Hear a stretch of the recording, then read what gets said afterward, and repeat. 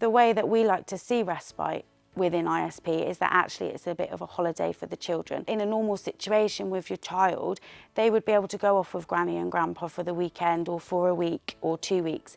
But for a looked after child, that's not usually something that they can do. So when children come to me, it's like they're going on a holiday with granny and grandpa.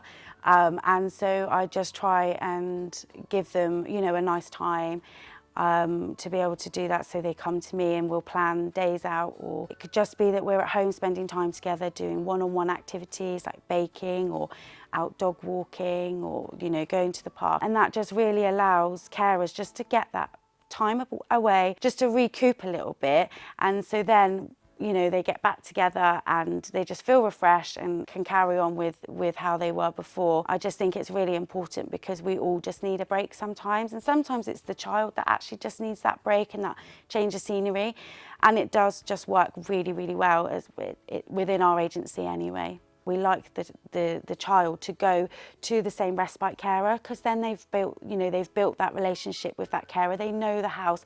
They know if there's pets there, or they know what they do. So I've had a child come and stay for one night. I've had a child stay for a week.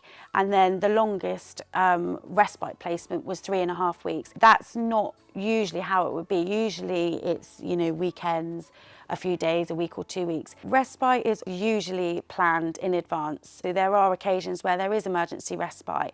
But again, with that, it's not forced upon us as respite carers. If we are not available, then we're not available. But obviously, if we are, then we're there to help. The process of becoming a respite foster carer is pretty much the same as becoming, you know, a short-term or long-term foster carer. It does take a long time, but I actually enjoyed the process. You have your social worker that does your assessment, and it's called a Form F assessment.